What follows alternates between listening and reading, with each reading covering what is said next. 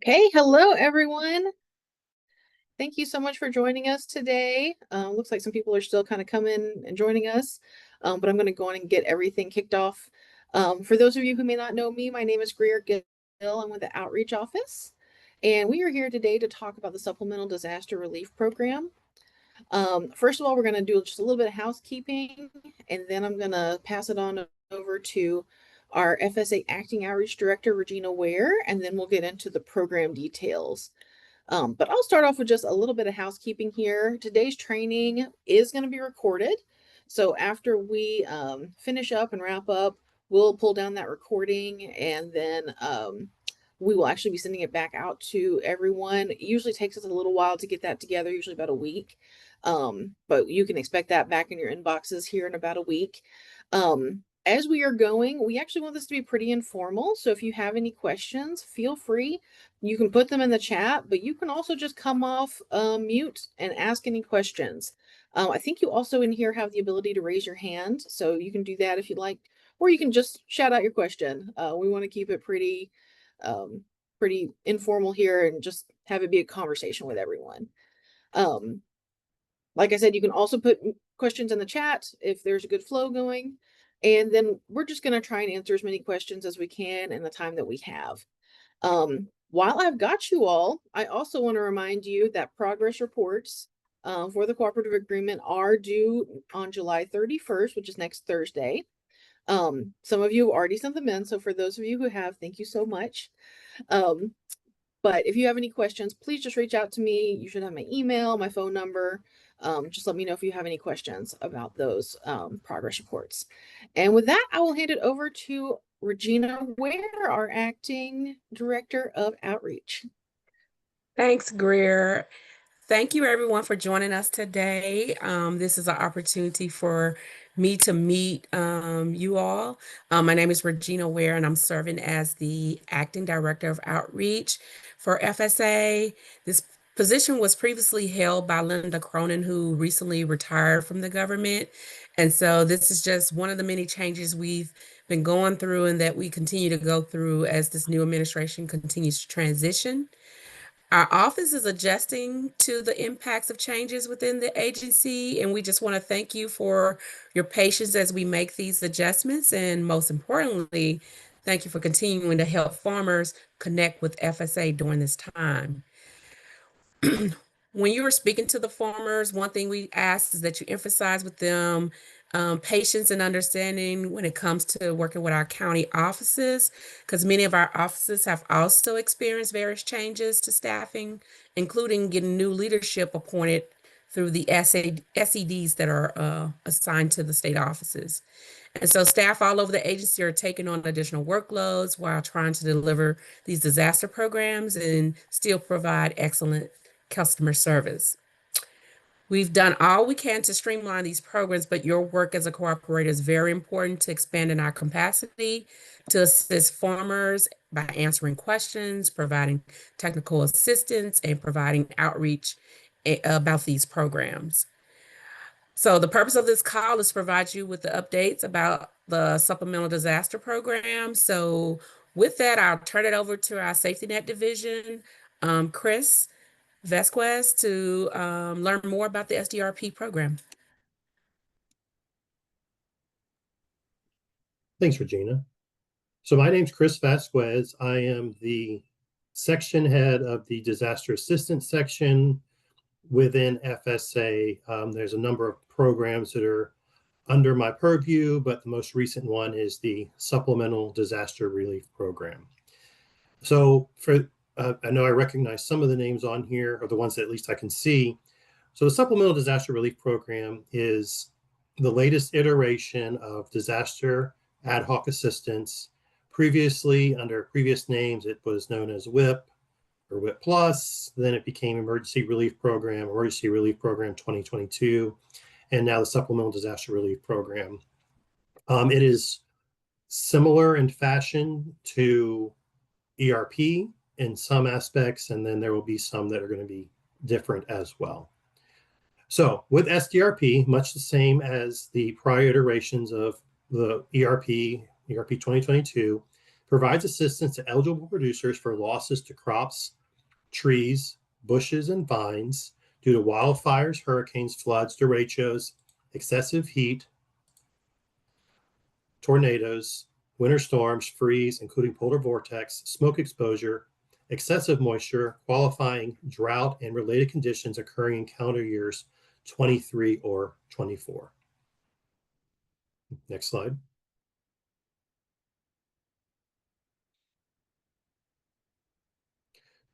SDRP is broken up into two stages.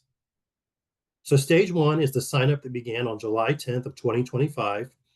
Producers will apply by submitting an FSA 526 Supplemental Disaster Relief Program application, and applications were mailed on July 9th. It provides payments for eligible crop, tree, and vine losses using data already on file with FSA or RMA as a result of the producer previously receiving a NAP payment or indemnity under certain federal crop insurance policies. There is no sign-up deadline yet at this time. Next slide. Stage two, which is going to be coming soon, will provide assistance for eligible losses of crops, trees, bushes, and vines that were not covered by crop insurance or NAP, as well as losses that were insured or covered by NAP, but were not severe enough to trigger an indemnity.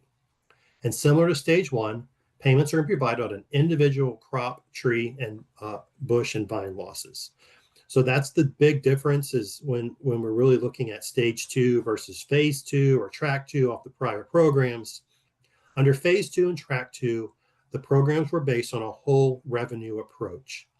SDRP will not be using a whole revenue approach, the same as those prior programs, and is going to be going back and calculating on an individual loss. So we're still in the process. We're working through the details, but when we'll get that program rolled out. And then a note on the sign up is that when we get to the point of program deadline, there will be one program deadline for stage one and stage two. So we'll announce the deadline at the same time. That deadline will also come in. There will be a deadline for turning in eligibility forms.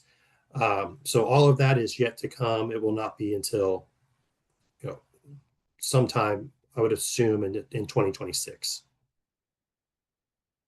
Okay, next slide. So stage one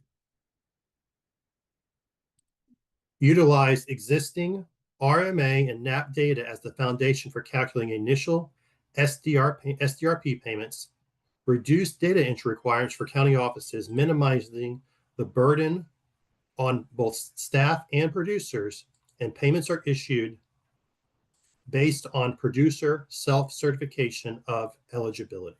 Next slide.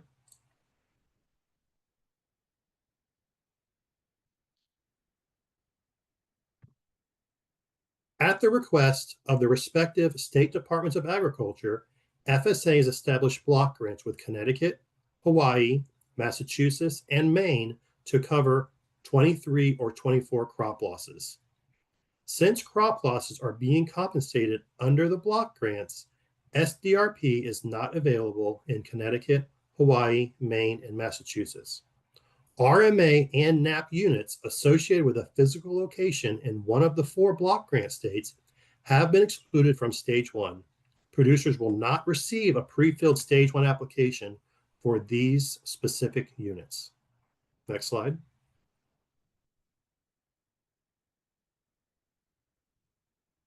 The payment limitation. So 2 payment limitations apply to SDRP. $125,000 for specialty and high value crops, and then a separate $125,000 for other crops. And then there are separate payment limitations for each program year, 23, 24, and 25. Additionally, there is an optional increase in a payment limitation for if the applicant completes a form FSA 510, which increases the specialty to $900,000 for specialty and high value crops, or $250,000 for other crops. So that means that if they do not complete the 510, potentially the producer is eligible for a single payment limitation of $250,000. Or if they have the optional form on, could be their single payment limitation would be $1,150,000. And I'm trying to monitor the chat, and I don't see if any questions have come in. But if you have some, just please jump in and start asking away. It's I'm trying to look at it as we're going through, but I might miss something. You can continue. Thank you. So specialty crops are high value and other crops. So specialty crops are fruits, vegetables, trees, tree nuts, culinary herbs and spices, medicinal plants, and nursery floriculture and horticulture crops. And specifically crops include common specialty crops identified by the Agricultural Marketing Service, and you can find out more by visiting that website. High value crops means trees, bushes, vines, grass for seed, vegetable seed, tobacco, hemp, and aquaculture. Other crops is any crop not meeting the above definitions for specialty or high value. Next slide. An eligible producer is an individual or legal entity that is entitled to an ownership share and is at risk in the crop available for marketing from the farm or would have shared in the risk had the crop been produced. In addition, an eligible producer must be a citizen of the United States, a resident alien, which for the purposes of SDRP means lawful alien, as defined in 7 CFR Part 1400, a partnership organized under state law consisting solely of citizens of the United States or resident aliens, a corporation, LLC, or other organizational structure organized under state law consisting solely of U.S. citizens or resident aliens, and an Indian tribe or tribal organizations as defined in Section 4B of the Indian Self-Determination and Education Assistance Act. Next slide. Qualifying disaster events and related conditions. So the qualifying disaster events, the column on the left are the direct events which are listed and specified in statute.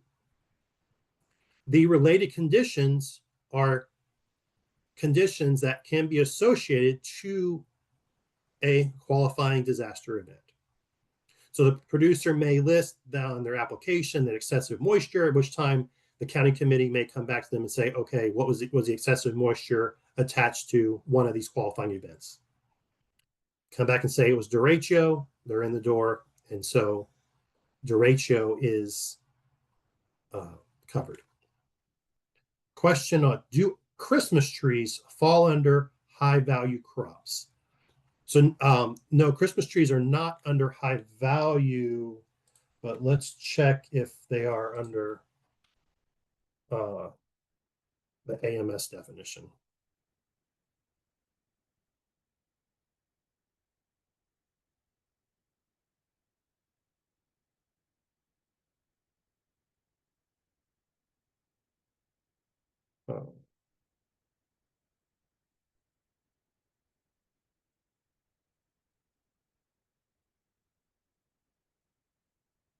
I'm pulling it up right now, but as I'm working through that, I saw another question in the chat.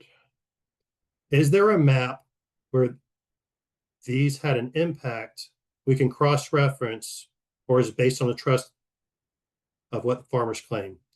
So no, there is no map that lays out what the disaster event was. For like events like drought, it's based on the U.S. Drought Monitor, where it had to be a qualifying drought, which is a D2 or greater for 8 weeks, or a D3 or higher.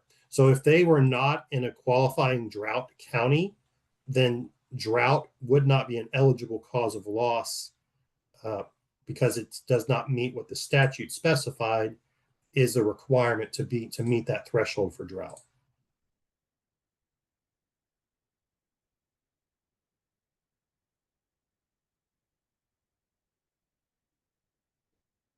All right, and we'll continue on while I'm pulling this up on my side. You can go to the next slide. Next slide.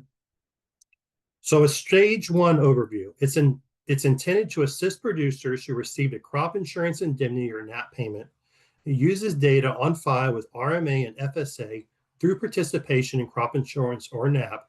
It pays for eligible crop production, quality, and revenue losses, and stage one payments are limited to certain crop insurance policies and NAP payments. Next slide.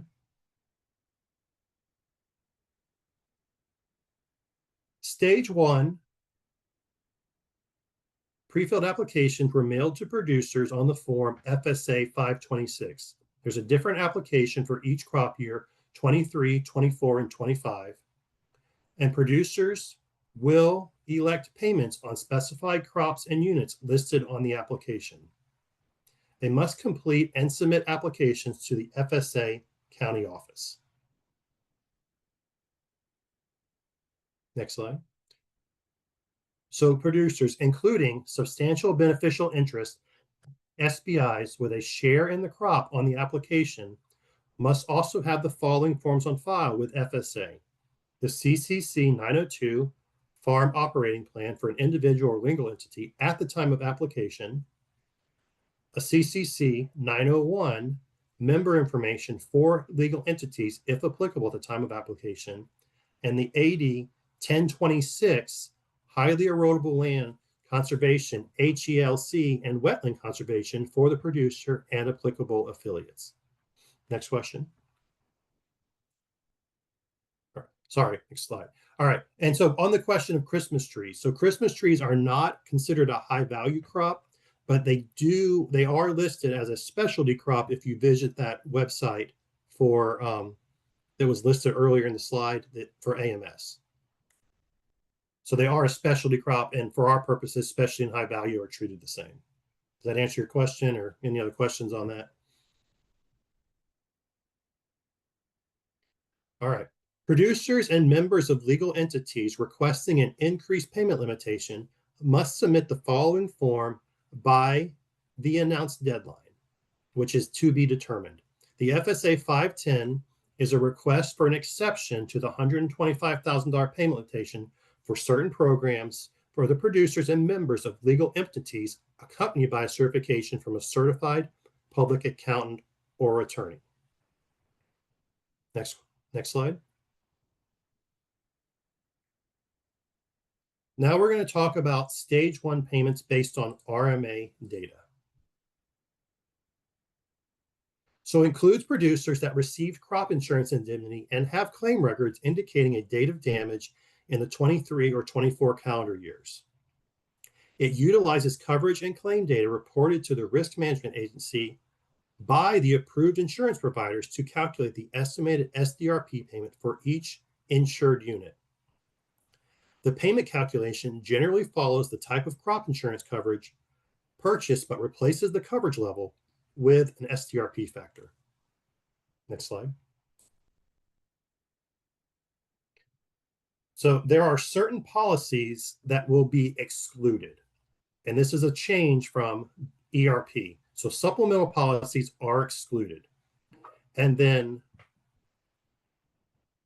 producer policies under the following plans of insurance or endorsement are not included in SDRP stage one: controlled environment crop provisions, cottonseed endorsements, dairy revenue protection, downed rice endorsement, enhanced coverage option, forage seeding crop provisions, hurricane insurance protection, the wind index, including tropical storm option, livestock gross margin, livestock risk protection.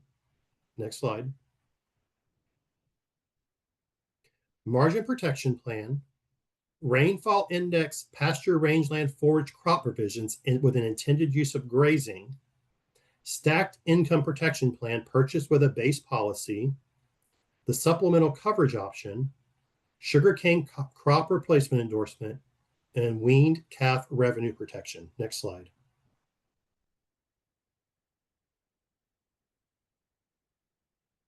Units physically located in a block grant state with a crop loss component, Connecticut, Hawaii, Massachusetts, and Maine. Whole farm revenue protection units when the majority of the expected revenue was in a block grant state, and then rainfall index plans for apiculture or under pasture, rangeland, and forage policy when the county on the insurance application is in a block grant state. Next slide.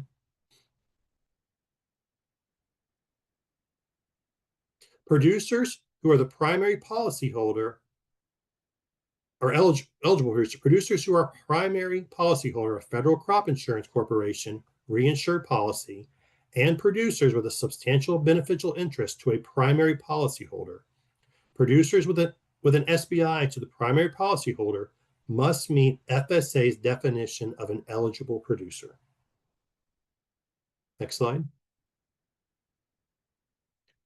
Primary policyholders and any SBI with a designated share are responsible for identifying the qualifying disaster event that caused the loss to the crop and unit, agreeing to purchase crop insurance or NAP as applicable for the crop for the next 2 crop years after receiving payment, and for whole farm units, certifying to the percentage of revenue from specialty or high value crops. Next question, or next slide. This is a sample of the application with the data. So you'll see here under Part C, items 11 through 15 are pre-filled. The applicant will complete items 16 through 18. And then for whole farm, it's 20 and 21 are pre-filled. 22 is where they will put the percentage that's to high value or specialty. So it's pretty simple application process. It's very similar to, actually, I think it's identical to how we did ERP 2022 application. Next slide. In general, RMA will calculate each producer's loss with consistent with the loss procedures for the type of coverage purchased, replacing the guarantee calculation based on the producer's elected coverage levels with the SDRP factor. The insured crop stage 1 payment will take into consideration the difference between the expected value of the crop and the actual value of the crop as a result of qualifying disaster events. The expected value is the pre-loss dollar value of the crop and unit at the time of loss, consistent with the type of coverage purchased. Next slide. For producers with crop insurance, the following SDRP factors are applicable. So just for example, just to pull one of the line items, if the producer had at least 65% but less than 70% coverage, the corresponding SDRP factor is 87.5. So your question in the chat is, who determines the assumed value? Eric, can you provide some more context? I'm not sure I follow the question.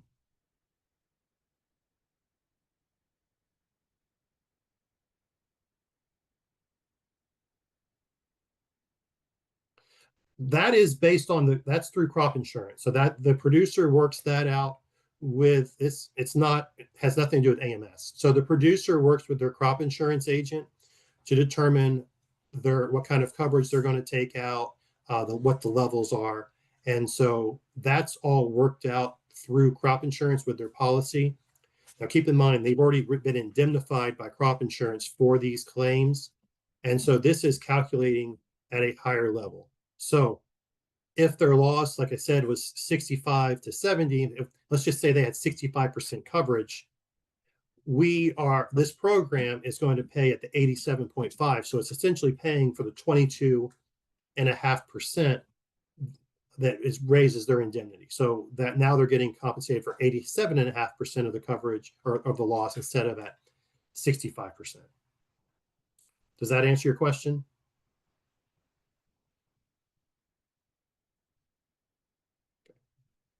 All right, next slide. So each crop has a specific method to get the calculated payment. It's the expected value multiplied by the SDRP factor minus the actual value minus the indemnity plus service fees plus premium equals the estimated SDRP payment. Next slide. The SDRP stage 1 payment will be estimated SDRP payment multiplied by the share, which is reported by the producer on the SDRP application. And it's important to note that this amount will originally be factored by 35% due to funding limitations.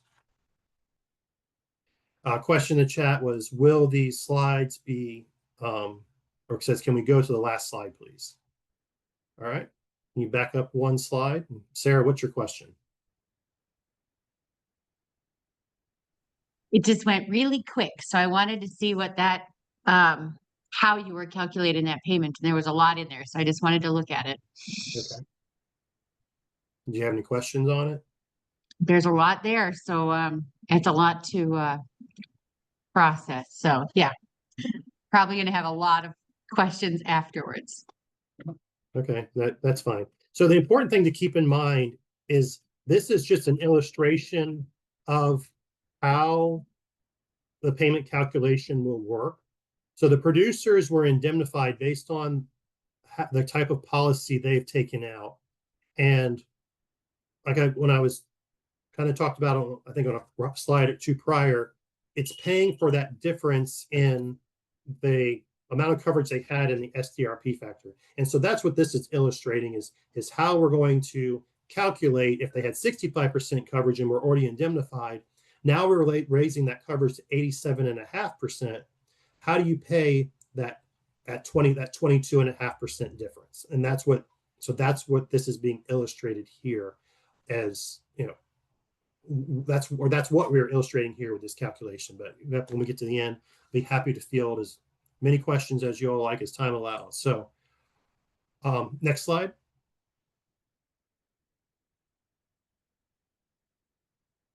And next slide. So now we're going to talk about stage 1 payments based on NAP data. So NAP crops included in stage 1 include pay groups that have an approved application for payment, a gross calculated payment greater than 0, and to be eligible for an SDRP payment, the NAP pay group's loss must be due in whole or in part to a qualifying disaster event. Next slide.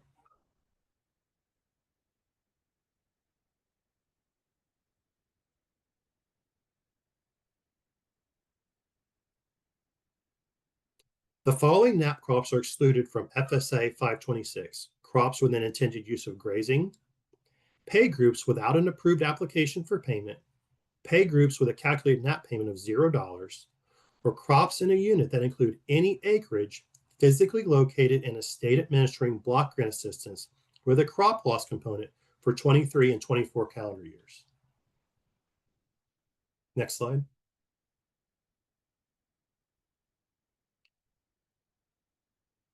So how stage 1 payments are calculated. Payments were calculated by FSA, calculated by pay crop and type for eligible pay groups. The SDRP factor will apply and replace the producer's NAP coverage level or price election, and premiums and fees that reduce the NAP payment are applied at the end of the SDRP payment calculation. Next slide. For producers with NAP coverage, the following SDRP factors are applicable. So this is different than the factors that were applied for crop insurance.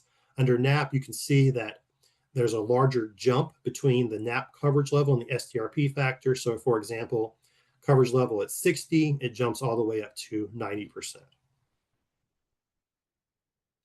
Next slide. The NAP stage 1 payment will be determined in each recording county by recomputing the prior NAP payment using the SDRP factor in lieu of the coverage level, minus the actual NAP payment issued for the applicable year, plus service fees, plus paid premiums. This amount will originally be factored due to funding limitations. Next slide. This is an example of the NAP section. So items 24 through 28 are pre-filled. Items 29 and 30 are what the applicant will need to complete. Next slide.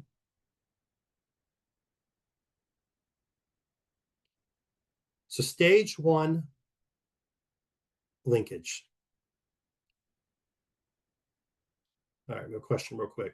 Will we be getting a list of qualifying disasters? Does flooding in specific areas consider a qualifying drought? So yes, so there's some resources that were provided. It provides what the qualifying events were.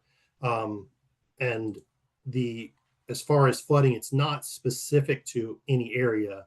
So I don't necessarily know what you mean by that question, but if the crop loss was in whole or in part to flooding, that's a qualifying event.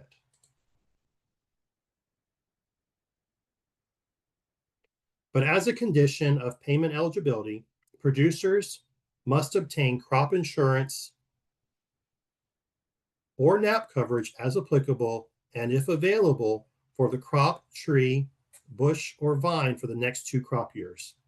Producers must obtain coverage at a level of 60, 100, or higher.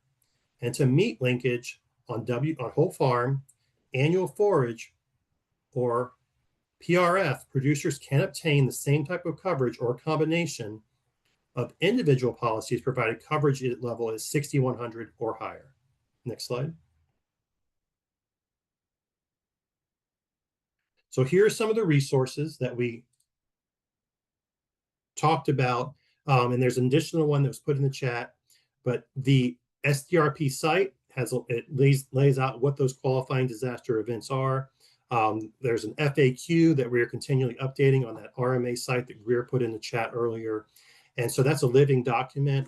That would be, your first, for looking at questions. We push, questions as well when you're working through, talking with your local county offices and on any questions that they may have. So they'll be able to help provide some answers as well.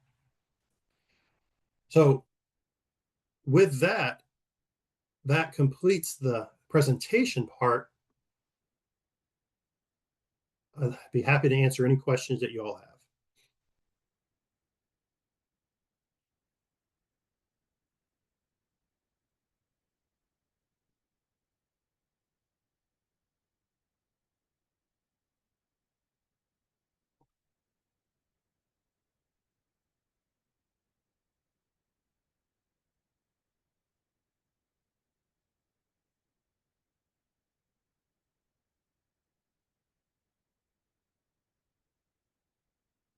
You're welcome to toss questions in the chat. You can come off of mute, however you feel comfortable. Will hurricanes in 2024 be considered a qualifying disaster event? So yes, so it's any hurricanes that had to occur in calendar years 23 or 24, and we specify that hurricanes are an eligible cause of loss. I think it's slide 5.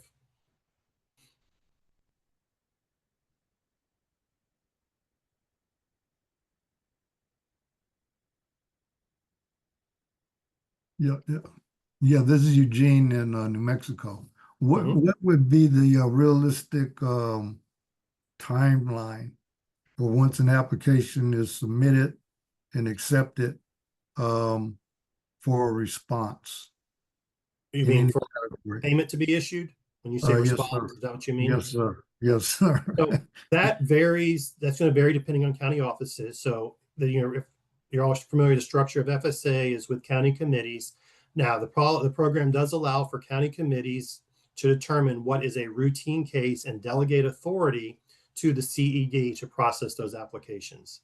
And so how they define routine really varies by office to office. But if it's a pretty simple application and the COC has delegated that authority, they're going to be pretty quickly. I mean, we're already seeing payments going out the door. We're seeing the program started about a week ago or 2 weeks ago, I guess. And so we are already seeing payments going out. We monitor those every day. Okay, that's a good answer. Because I think one of the challenges that we have in New Mexico, we don't have a state director as of yet. Mhm. And then, we're going through some pretty severe conditions as far as wildfire, drought, and flood. So, in that process is just, once the application is submitted, and then we want to follow that through, the staffing question, I think is one of our areas of challenge. So, just how that is going to be sensitive and how we actually work with state, regional, and or national, submission and follow up. So I think that's a good answer to the question. Thank you very much. Yep, absolutely. Next question in the chat is to clarify, to qualify for stage 1, a producer must have received a NAP payment. Stage 2, can anyone apply? So just to further add on to that. So for stage 1, the trigger is it's that we are taking payments that were already issued, either crop insurance or NAP, and crop insurance really is the main part of this driver of this program, but taking those payments and recalculating them at this higher level.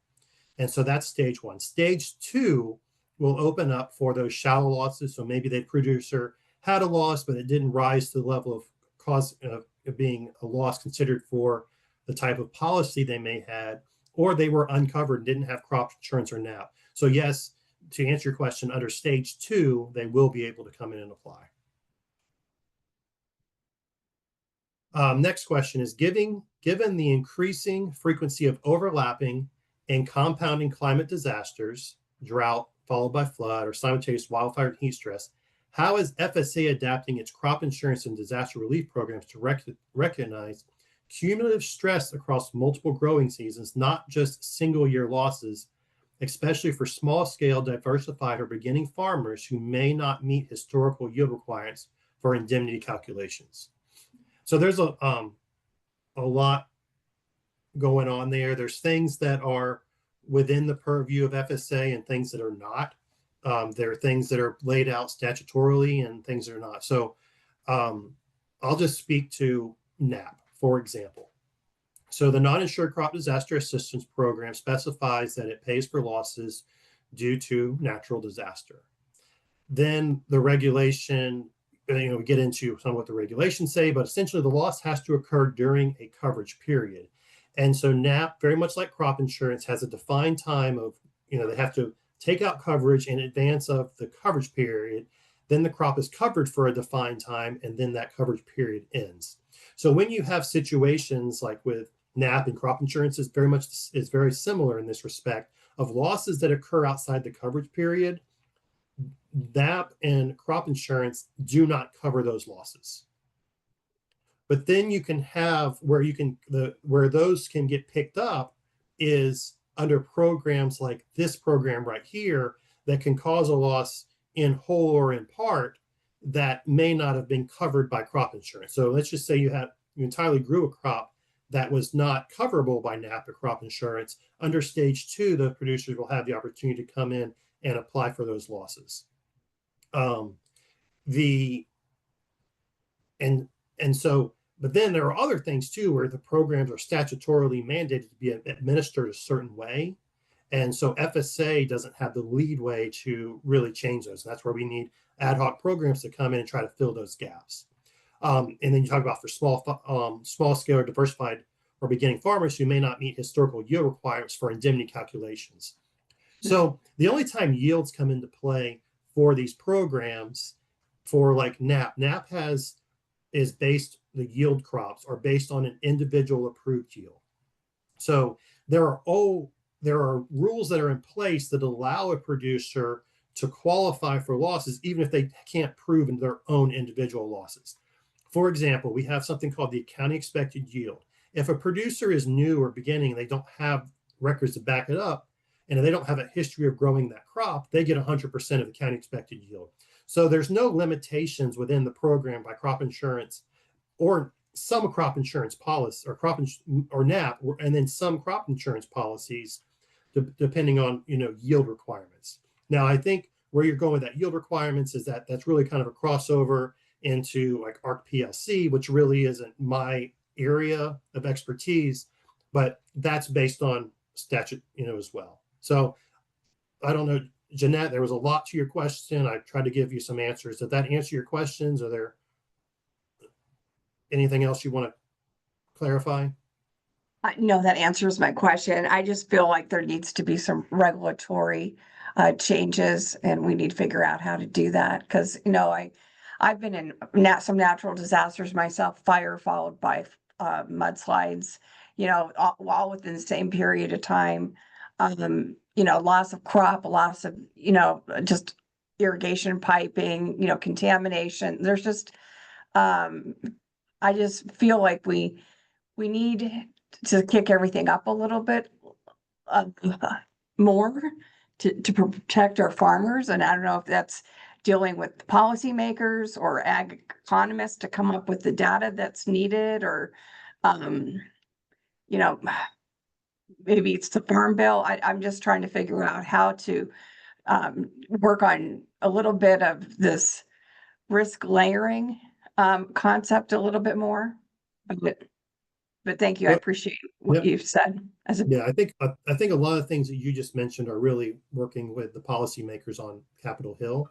Yeah. The program, this one only pays for crop, tree, bush, or vine losses. And you were talking about infrastructure and some of the things that occur there.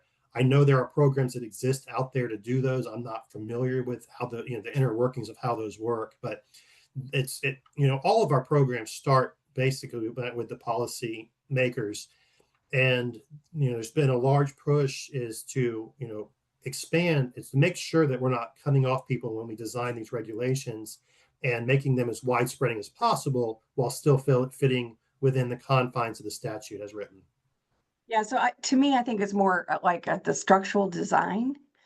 And it seems like FSA can be very reactive and siloed by event and year. So really just trying to figure out how we get beyond that.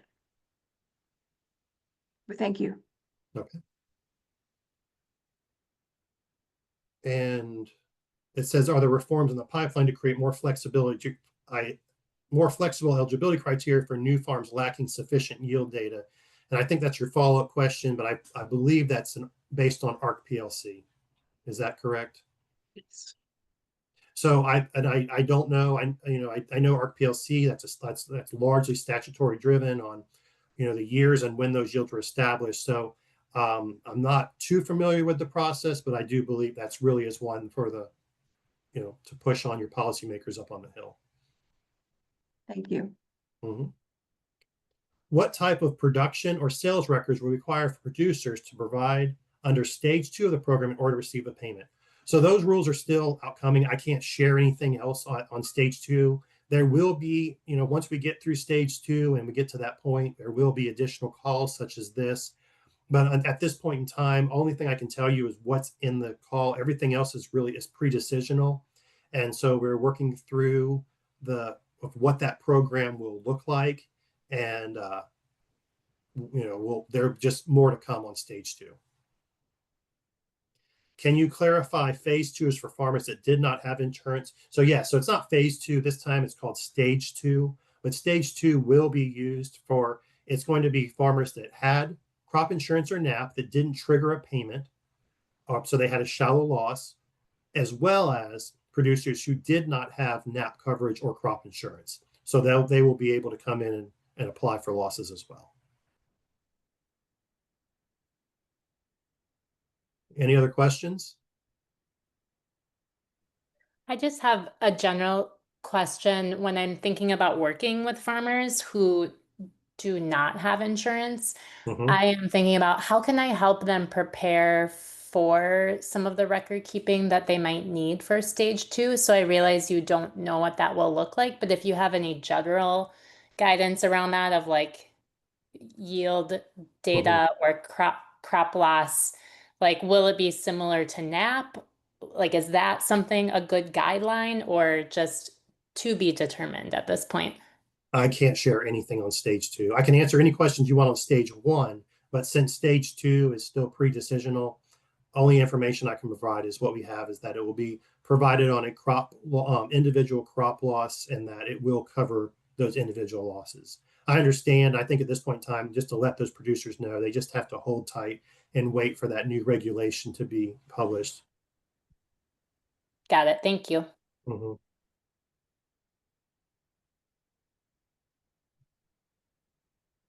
Any other questions? Is there a email for you, Chris? For specific questions you have, I would direct them to working with your county offices.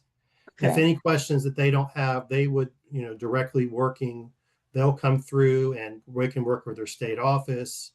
You can email your questions, any questions, put in the chat or send them through outreach.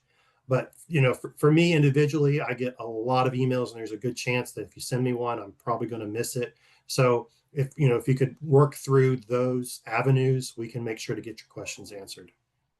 So if we had a policy change, because I've been looking at some of the global index insurance facilities with like World Bank and some of the weather index based insurance programs. If we wanted to talk to someone about policy, who should we send those So concerns to? those are what I'm not familiar with those because this, FSA has the non-insured crop disaster assistance program.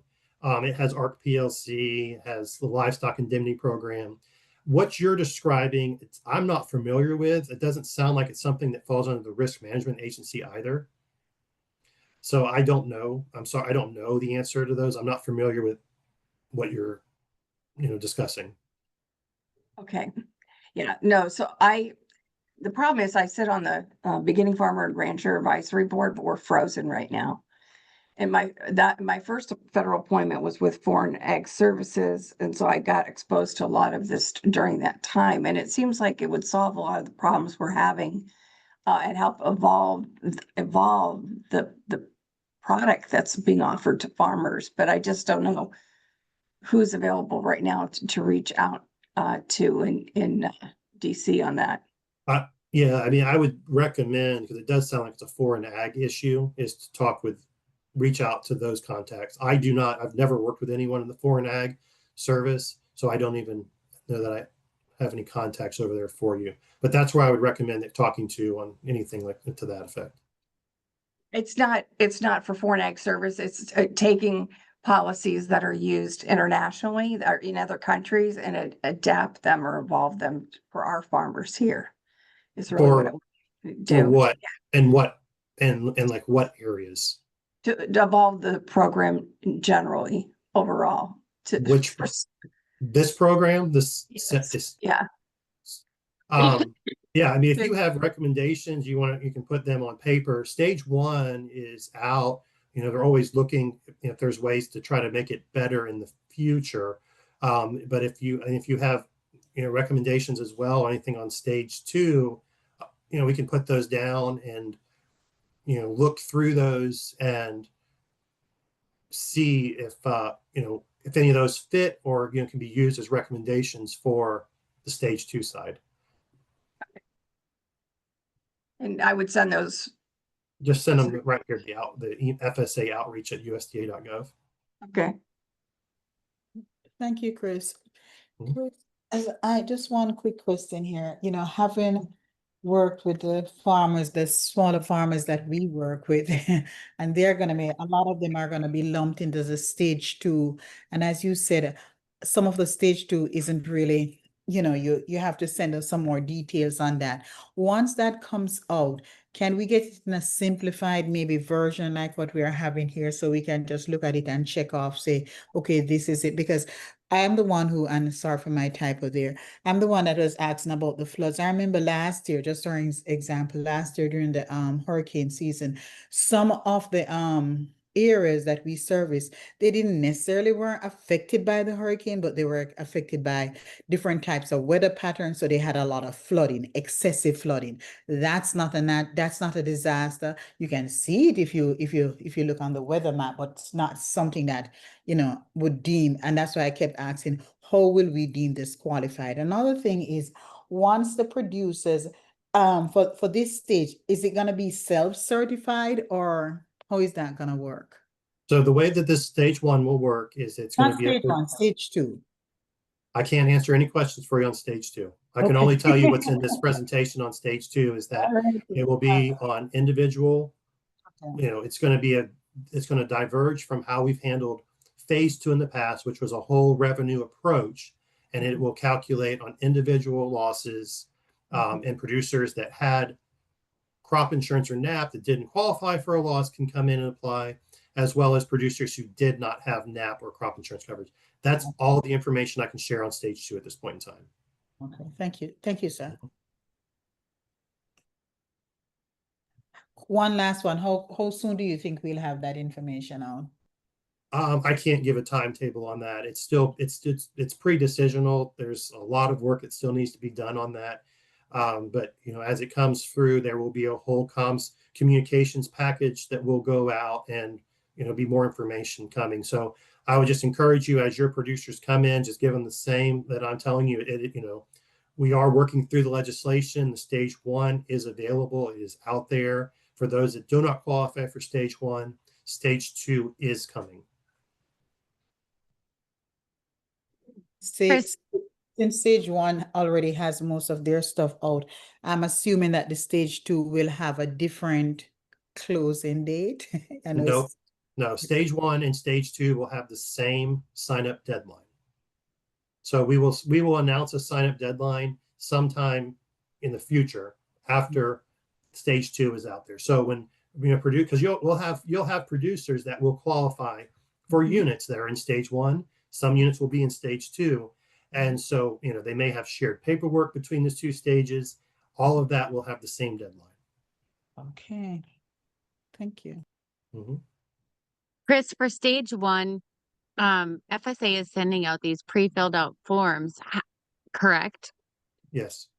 And so what can we do as cooperators to help you and help FSA in stage 1? I think it's just answering questions for the producers if they have questions on completing application, or maybe in some instances helping them making contact with the office, making sure, helping them to understand what documents are to be, they need to bring with them. If they're not at this point, if they're stage 1, they're already probably established with FSA at this point in time. There's a chance that they may not if they were strictly an RMA customer. But just looking at making sure that they have them there available. I think, in stage 1, it's a lot of producers that are probably more familiarized with the process. So I think that the questions are kind of be a little different for you all than they probably will under stage 2.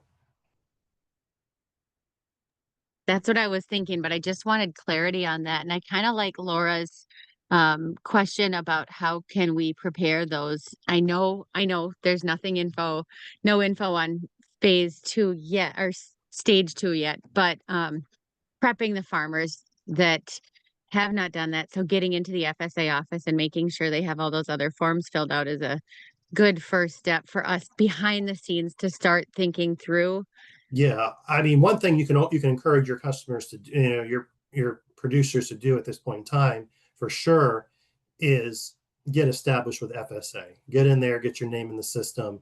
It's always a good practice to start reporting crops, and those are just general good practices, because the more information that FSA has on crops, the producers that are out there, the better we can shape programs to meet their needs.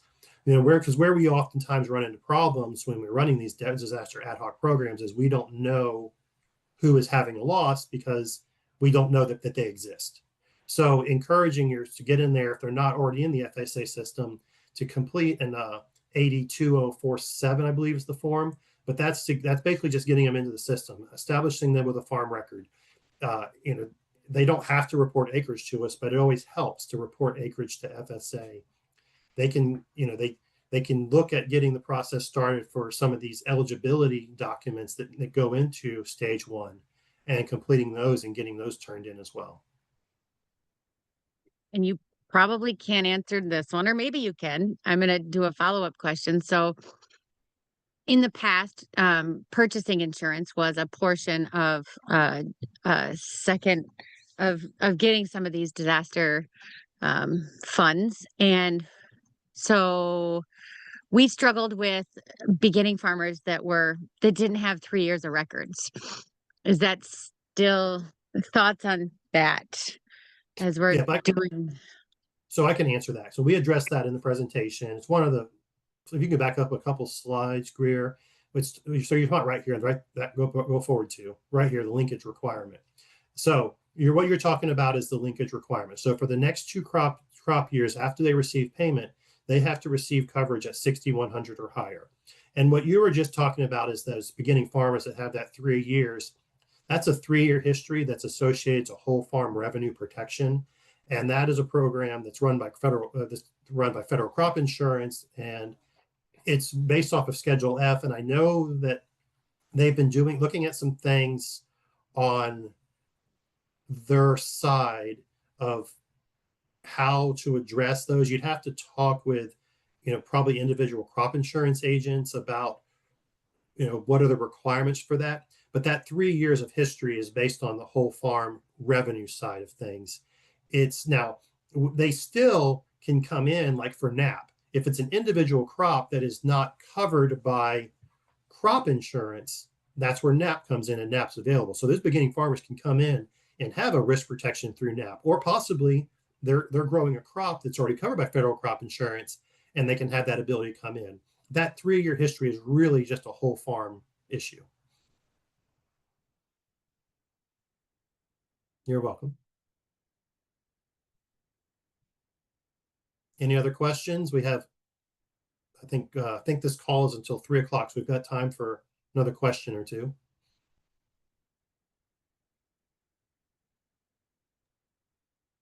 Hi, everyone. This is Greer again. This is not a question, just a comment I want to make real quick, which is that while we can't give you a lot of information about phase 2 right now, I do want to let you know that as cooperators, we know how pivotal your role can be during phase 2.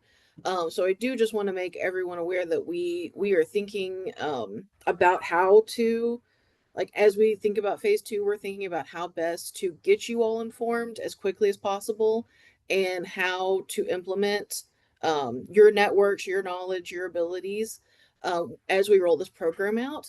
So I just wanted to throw that out there that we're definitely thinking about the role of the cooperators in phase 2 as we are as we're thinking about that program, and you all will definitely be pivotal to our role into that program, because we want to make sure that that information gets on the ground and to the people that it needs to get to. So I just wanted to throw that out there that we will definitely be tapping you just as quickly as we possibly can once we are able to talk about the program.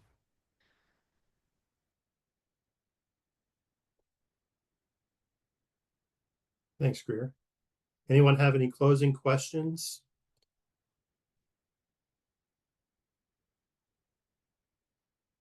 All right, I'll turn it back over to you, Greer. Okay, well, thank you everyone for joining us today. This was some incredible conversation.